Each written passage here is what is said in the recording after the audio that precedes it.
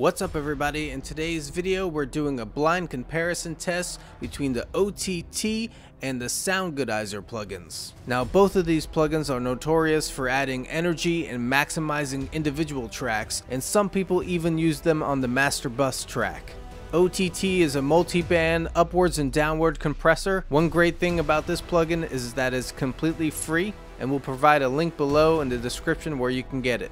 Now the Soundgoodizer is based off of FL Studio's Maximus plugin, which is also a multi-band compressor limiter type plugin.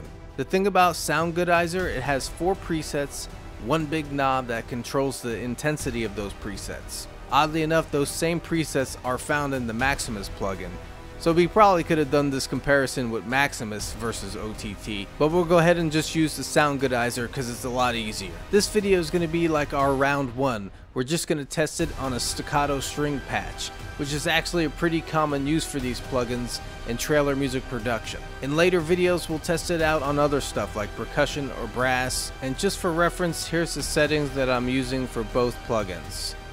Alright, let's just talk real quick how we set up this test. First, we have our staccato string pattern right here. Now if you look over here on the surface, I've set up some buttons. The first one's the dry signal. That one's just set up so we have a point of reference. No effects, nothing. Now the other 2 buttons here are routed to the effects. One will solo OTT, the other one will solo Soundgoodizer.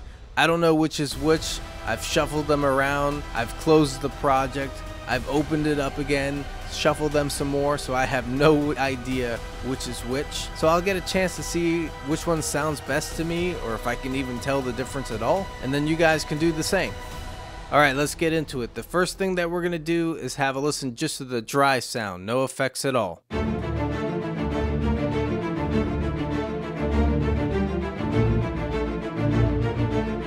And now 1.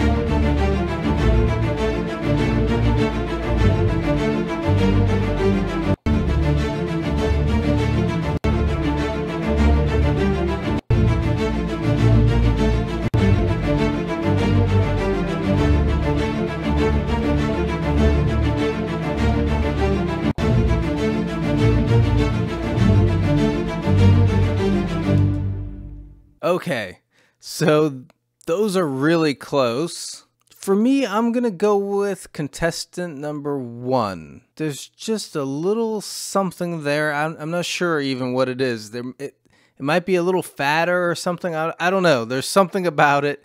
I'm going contestant number 1.